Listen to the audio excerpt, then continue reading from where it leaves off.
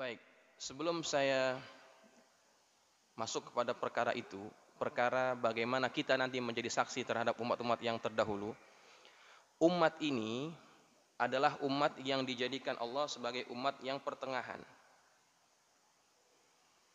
Tidak terlalu cenderung kepada keduniaan, tetapi tidak cenderung juga kepada akhirat semata-mata. Ya. Ada umat-umat yang mereka cenderung kepada materi, kepada keduniaan. Siapa mereka? Yahudi, orang-orang musyrik.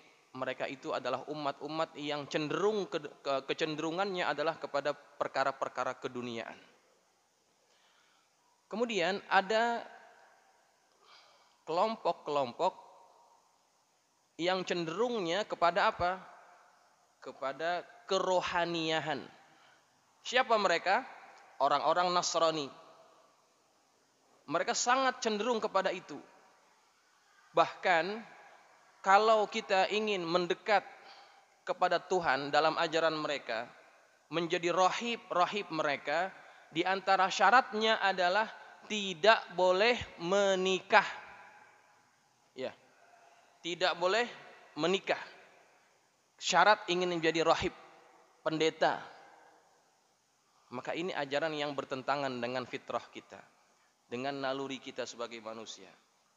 Maka Allah jadikan umat ini sebagai umat yang pertengahan. Tidak terlalu cenderung kepada dunia, tidak terlalu cenderung juga kepada akhirat. Seimbang. Dunia dan akhirat seimbang. Pernah datang kepada baginda Nabi, kepada rumah istri-istri baginda Nabi, datang 3 orang. Mereka ingin bertanya kepada para istri Nabi bagaimana ibadahnya baginda Rasulullah SAW. Kemudian diceritakan oleh istri-istrinya, Rasulullah begini ibadahnya, kalau malam begini. Nah, 3 orang ini menganggap amal Nabi itu tidak banyak.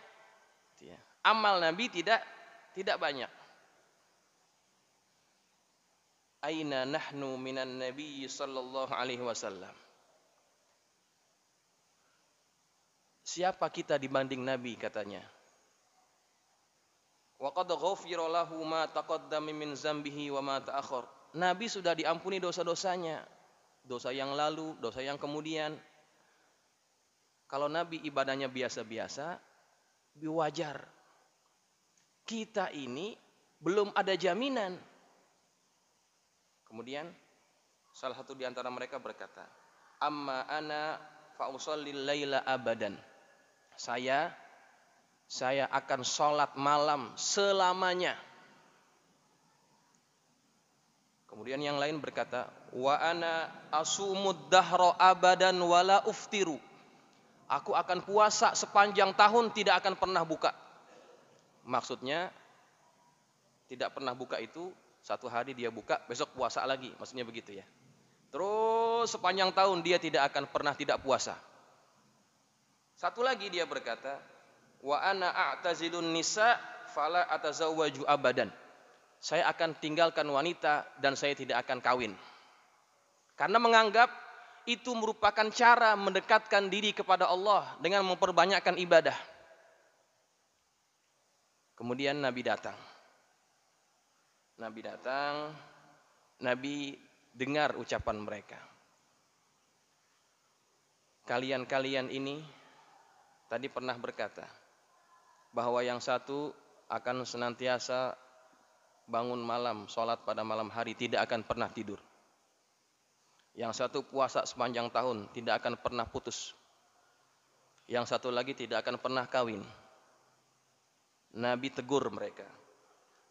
Ama wallahi innil akhsyakum lillahi wa atqakum lahu.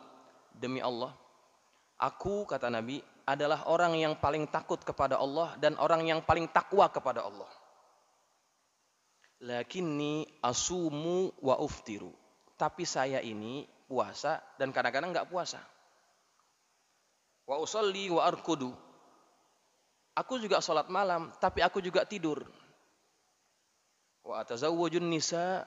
Aku juga menikahi para wanita. Faman raghiba an sunnati falaysa minni. Barang siapa yang tidak suka terhadap sunnahku, jalan hidupku, maka dia bukan termasuk dari kalangan umatku. Ditegur orang-orang ini. Kenapa? Karena mereka melebihkan satu bagian. Artinya, sifat daripada agama ini, sifat daripada syariat Nabi kita Muhammad adalah seimbang, tawazun antara dunia dan akhirat. Tidak boleh kita terlalu melebihkan akhirat sampai mengabaikan dunia dan orang-orang yang berada pada tanggungan kita. Itu dosa. Ada salah seorang sahabat Nabi yang bernama Abdullah bin Amr bin Al-As. Masya Allah, kalau malam sholatnya luar biasa. Kalau siang puasa. Kemudian istrinya mengadu kepada baginda Rasulullah SAW. Ya Rasulullah, saya tidak diperhatikan oleh suami saya. Kalau malam dia sholat malam, ibadah. Kalau siang dia puasa. Dia nggak ngopenin saya ya Rasulullah. Kemudian Nabi panggil.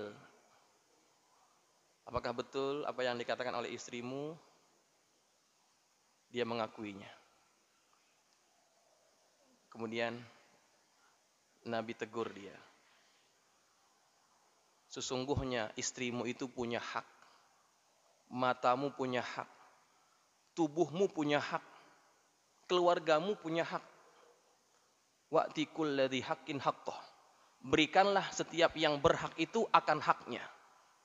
Mata kita punya hak untuk direhatkan. Badan kita punya hak untuk direhatkan. Istri kita juga punya hak untuk diberikan apa yang mereka butuhkan. Anak-anak kita pun begitu juga. Maka ketika orang melebihkan ibadahnya kepada Allah, tapi mengabaikan tanggung jawabnya yang Allah berikan kepada mereka, maka sesungguhnya mereka bukan umat Nabi kita Muhammad SAW. Umat Nabi Muhammad adalah umat yang tawazun, tawasud, seimbang, adil, tidak terlalu berlebihan, tidak juga terlalu kurang, seimbang. Ya, inilah yang menjadi kelebihan umat Nabi kita Muhammad SAW. Ummatan wasatan.